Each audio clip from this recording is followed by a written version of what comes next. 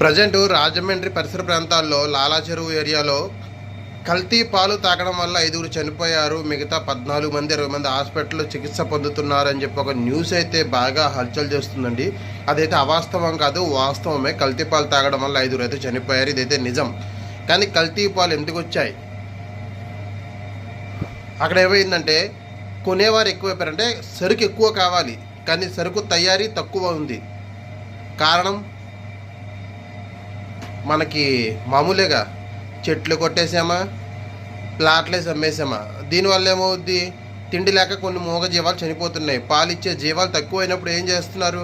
Product కావాలి, అక్కడేమో వచ్చే ఇది ఇన్పుట్ లేదు, దానికోసం కల్తీ తయారు చేస్తున్నారు. అలా తయారు చేయడం వల్ల ఈరోజు ఇక్కడ పాలు కల్తీ జరిగినాయి, పక్కనే బెల్లం కల్తీ చేస్తున్నారు, కాకినాడలో ఆయిల్ కల్తీ, హోటల్స్లో ఏదైతే ఫాస్ట్ ఫుడ్ ఉంటుందో చికెన్ బిర్యానీలని ఫ్రైడ్ రైస్లని అక్కడ వాడే ఆయిల్లో కొవ్వుతో కలిపిన ఆయిల్ వేస్తున్నారు టేస్ట్ కోసం.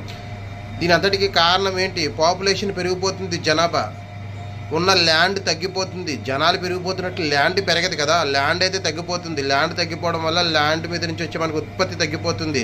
ఎందుకంటే మనం ల్యాండ్ని ప్లాట్లకి వేసుకొని ఇల్లు కట్టుకోవడానికి చూసుకుంటున్నాం తప్ప కడుపు కోసం చూసుకోవట్లేదు. కడుపుకి ఏం తినాలని ఆలోచించట్లేదు. ఒక్కసారి మీరే మనసు పెట్టి ఆలోచించండి, కల్తీ జరగడానికి కారణం ఏంటి? మనమే.